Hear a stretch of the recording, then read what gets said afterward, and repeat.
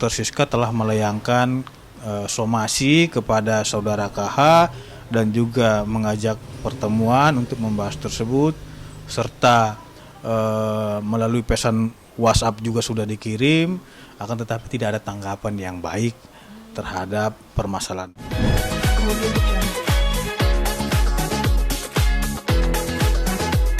Baik, terima kasih rekan-rekan media sekalian. Bahwasanya terkait dengan permasalahan hukum ini benar sedang berproses baik di pihak kepolisian maupun di pengadilan. Dalam hal ini Pengadilan Negeri Jakarta Barat. Nah, terlebih dahulu saya akan membahas tentang gugatan di Pengadilan Negeri Jakarta Barat. Kita ketahui bahwasanya gugatan tersebut telah kita layangkan sekitar beberapa minggu yang lalu. Karena apa? Karena ada hubungan kontrak antara Dr. Siska dengan saudara KH, yaitu kontrak sebagai brand ambassador. Nah, jadi saudara KH ini ditunjuk oleh Dr. Siska Klinik untuk melakukan publikasi terkait dengan produk-produk daripada perusahaan PT Kalesi Medica Internasional yang dimiliki oleh Dr. Siska. Akan tetapi seiring berjalannya waktu, kontrak tersebut tidak terlaksana secara penuh, sehingga Dr. Siska telah melayangkan somasi kepada saudara KH dan juga mengajak pertemuan untuk membahas tersebut, serta melalui pesan WhatsApp juga sudah dikirim, akan tetapi tidak ada tanggapan yang baik terhadap permasalahan tersebut, sehingga kami selaku penasihat hukum mengambil tindakan dan langkah yang tegas dengan mengajukan gugatan ke Pengadilan Negeri Jakarta Barat. Kita ketahui bahwasanya yang disepakati dalam perjanjian tersebut ada 3 hal prinsipnya.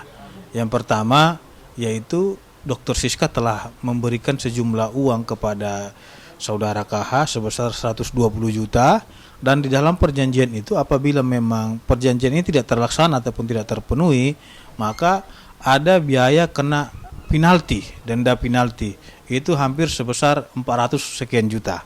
Nah, akan tetapi hal tersebut tidak terlaksana, baik penalti maupun uang yang telah diberikan itu tidak dikembalikan oleh yang bersangkutan, sehingga wajar secara hak hukum klien kami menempuh jalur secara hukum dan mengajukan gugatan ke Pengadilan Negeri Jakarta Barat gitu.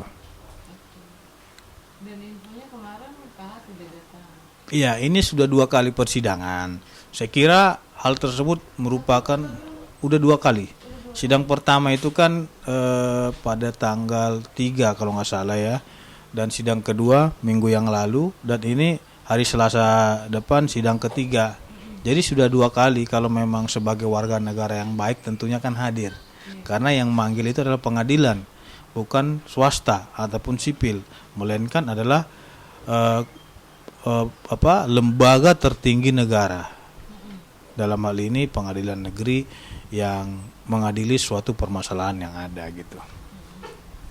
Tapi menurut pengakuan pihak sana katanya emang yang pertama itu belum ada surat panggilan dari pengadilan, Bang.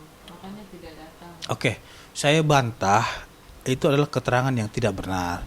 Karena apa? Pada waktu sidang pertama itu hakim telah menjelaskan kepada kita bahwasanya surat panggilan itu telah diterima atas nama saudara A.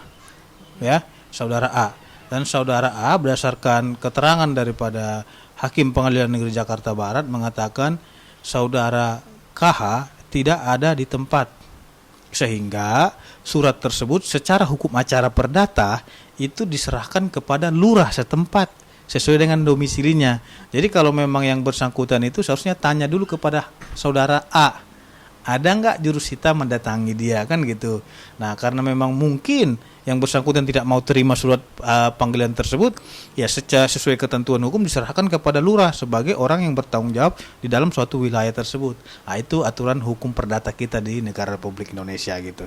Oke, dia tidak mau terima tapi sudah diserahkan kepada lurah.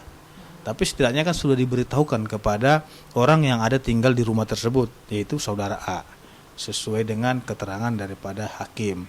Dan itu jurusita pengadilan yang berangkat ke sana gitu. Oke. Baik.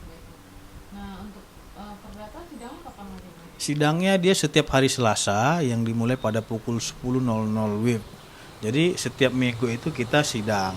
Dan kemarin ya, minggu kemarin kita telah memberikan surat kuasa kita dan legalitas kita untuk mewakili bertindak atas nama Dr. Siska gitu. Jadi tinggal minggu depan kita menunggu legalitas daripada tergugat ini. Apakah dia menggunakan jasa penasihat hukum atau dia sendiri yang akan datang gitu. Saya kira hal tersebut harus dihormati karena ini adalah panggilan pengadilan gitu.